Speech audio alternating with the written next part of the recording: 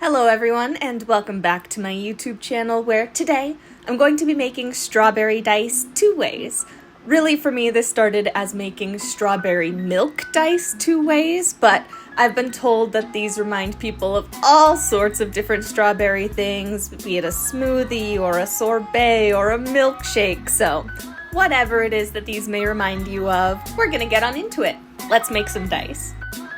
To begin, I'm going to start this process in my blank molds. So I have two blank molds here, smaller dice shapes without the numbers, and I also have these little Fimo strawberry slices.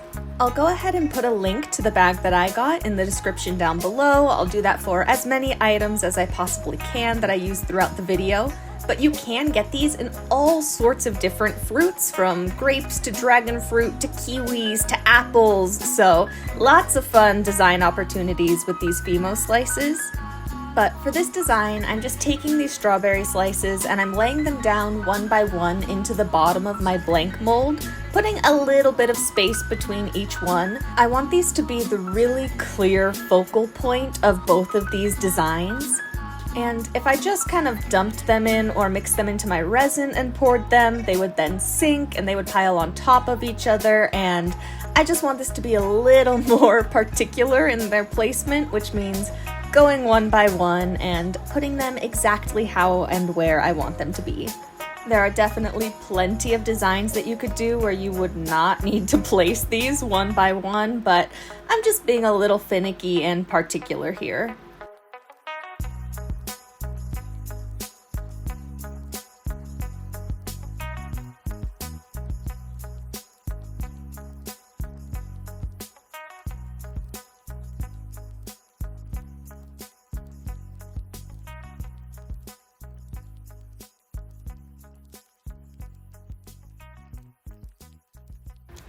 Once I have placed all of the little strawberries in the bottom of the molds, I am very careful with moving them so I don't knock anything around. Was trying to show you, but can only show you so much without tilting these molds and messing up all of the hard work I just did.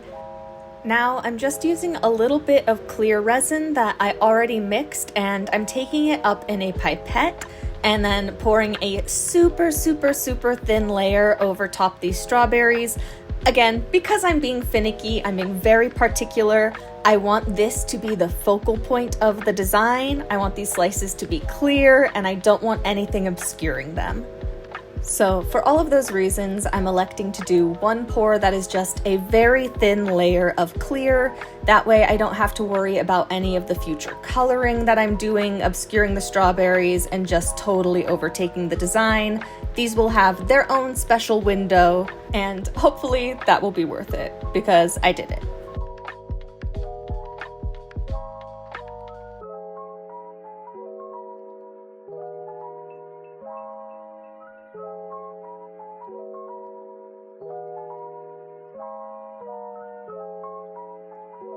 Once I'm finished putting that layer down, it's into the pressure pot. I've never shown you into my pressure pot before. It looks creepy. I won't do it again.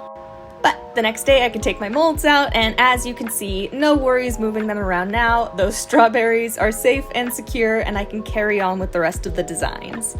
This is a mylar called Crystal Aurora Borealis. Again, I'll link it in the description down below. It is one of my favorites, so I'm just cutting off a section, crinkling that up, and then cutting it into smaller bits. And this mylar is for my elongated dice, where I'm planning to do a magical girl strawberry milk kind of design with some of these pops and reflects of mylar and more pink colors, whereas my standard dice shapes I'm planning to do just a very plain and classic kind of red strawberry juice and white milk. So for the mylar design, I'm just taking these bits that I've cut up and then putting them into each of the molds. Again, I don't have to worry about moving my strawberries around. They're safe and secure, so I'm just loading my molds up with what feels like an appropriate amount. I guess is a little spoiler alert, but you already saw one of the dice at the beginning. Most of this got completely lost in the design. I did not use enough clear to show off as much of the mylar as I would have wanted, so I could have stopped way long ago with putting this much in. Clearly I did not know that at the time, however, so I just carried on and went ahead and took some of these Fimo strawberry slices and put them on top of both of the designs. So dropped some into the classic molds and also dropped some on top of the mylar in my elongated molds, as you can see here. Then it was time to finish these blanks off, so I mixed some clear resin and began dividing it out for my different colors. I knew that I would need a translucent red and white for my classic design, and also would need some clear, some opaque pink, and some opaque white for my elongated designs. To begin, I am shaking up my go-to white. This is Piñata Blanco Blanco. You know it, you love it. And I'm putting this in both the cup that will have my plain white and the cup that will have my pink.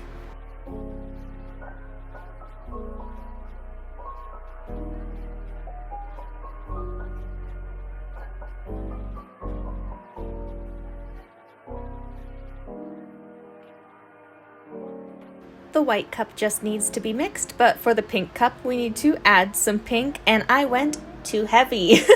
I should definitely not have done a full drop of pink for the light pink color that I was going for, and I could instantly tell it was way too dark.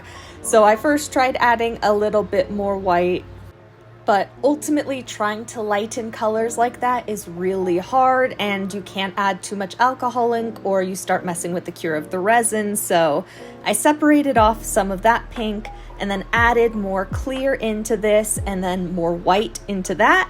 And ultimately this got me a color that I was much happier with. Ideally, I probably would have liked this to be even a bit lighter still, but clearly beggars cannot be choosers, so I was happy to get the color there, and then moved on to my translucent red.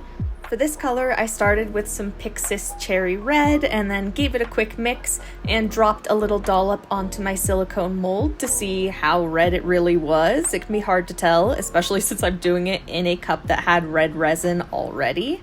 That can definitely be the downside to reusing cups, but I think it's worth it still. I wanted the color to be a little deeper, so I went in with Pixis Mum and just repeated my little silicone dollop test, added a little bit more mum because I still wanted the color darker and deeper, and kept going until I was happy with what I got.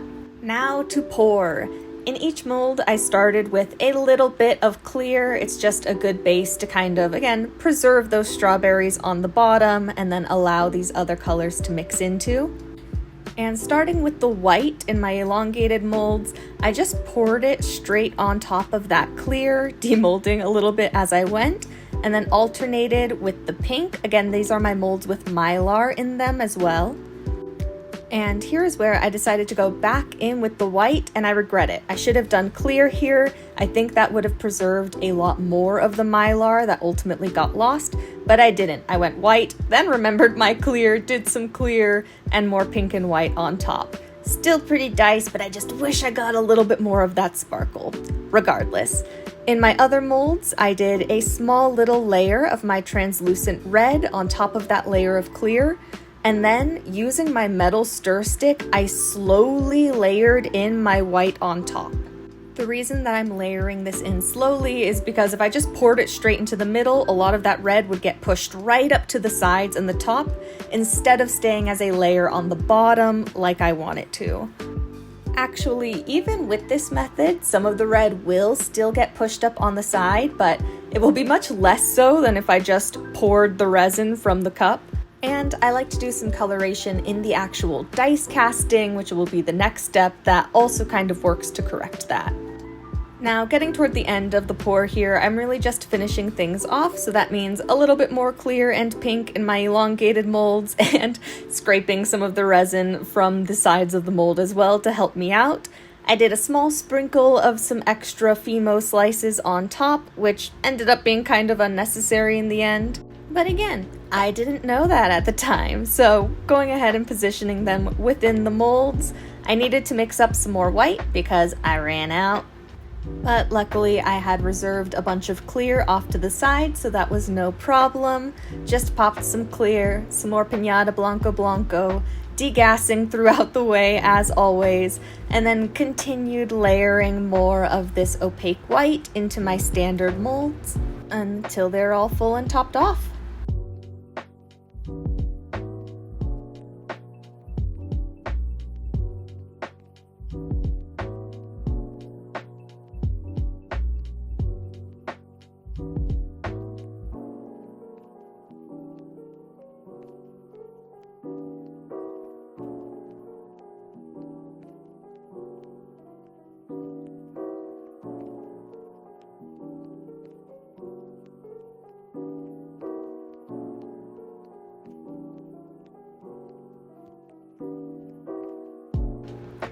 Once my molds are full, I give them both another pass or 2 or 3 with my heat gun just to pop those surface bubbles as much as I can, and also with my standard molds decided to sprinkle a few more Fimo slices on top.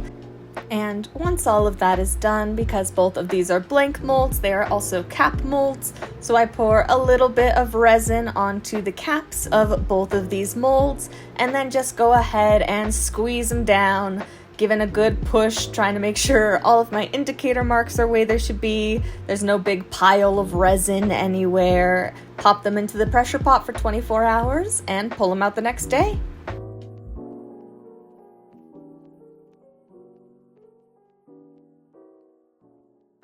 Once the molds are out of the pressure pot, I then go ahead and peel off all of the flashing, all of the dried resin that's around them. And honestly, sometimes this is quite the process, so I'll leave some of it in here for you to enjoy.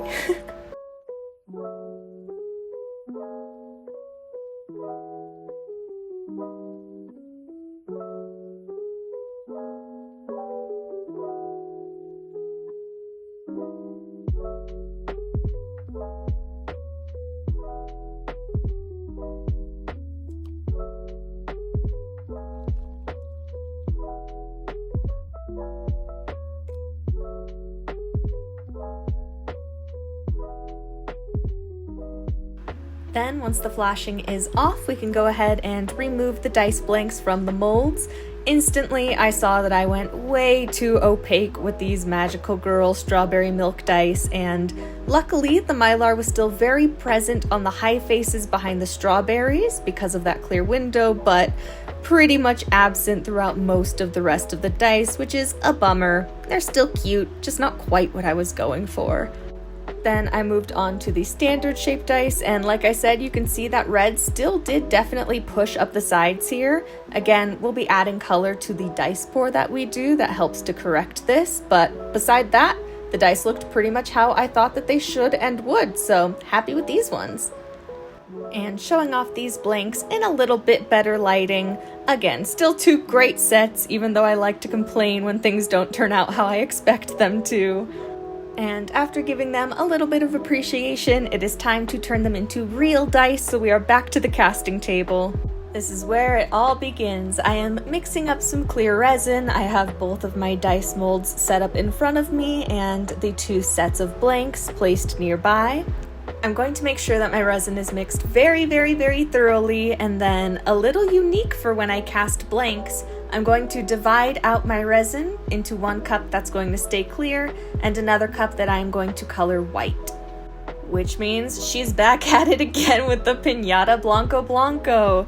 This is my white alcohol ink. I am mixing it into a smaller cup on the side. Once I have both the clear and the white mixed, I can then quickly degas them and begin the pour. We're starting with clear resin, and again, this is not what I usually do. I'm only filling my molds about 1/4 or 1/3 of the way with clear. Usually I would fill them almost all the way, but I want to leave room for the white as well. So I'm filling them, again, about 1/3 of the way full, and then placing my blanks into each of the molds, knowing that the resin hopefully should not come all the way up to the top. There still should be just kind of empty mold space with the blank in there, if that makes sense. If it does come all the way up to the top, that is not that big of a deal. You'll see it does on some of these dice. We can still get the white in there regardless. Whole point just being trying to leave some room for the fact that we are adding another color to the shell of these blanks.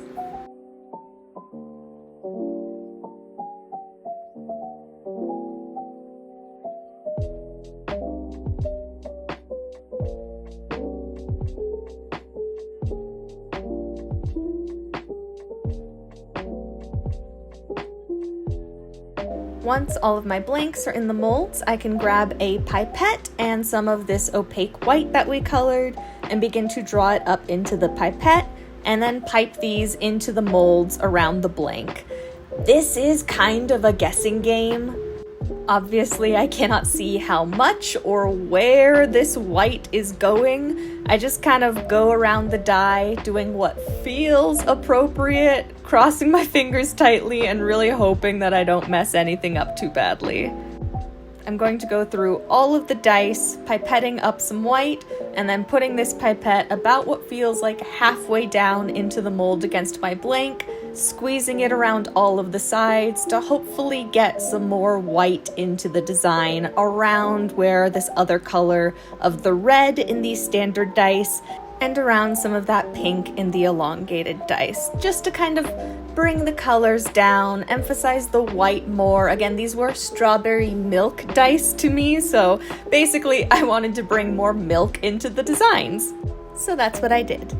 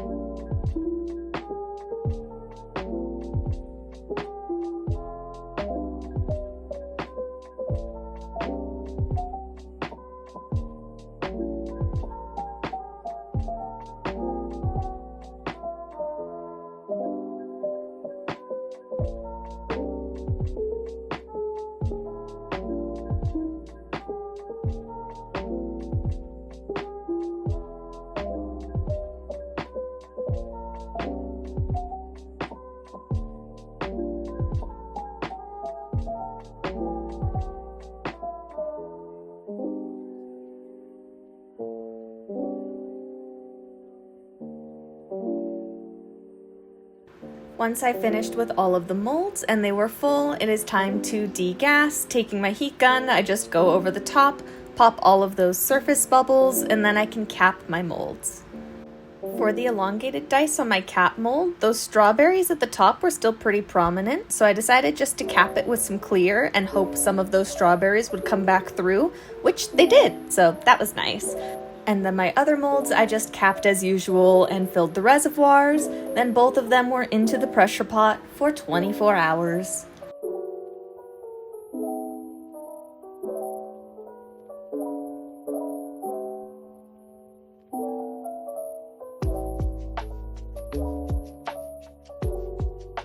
Once 24 hours was up, it was time to demold and see how the final designs looked.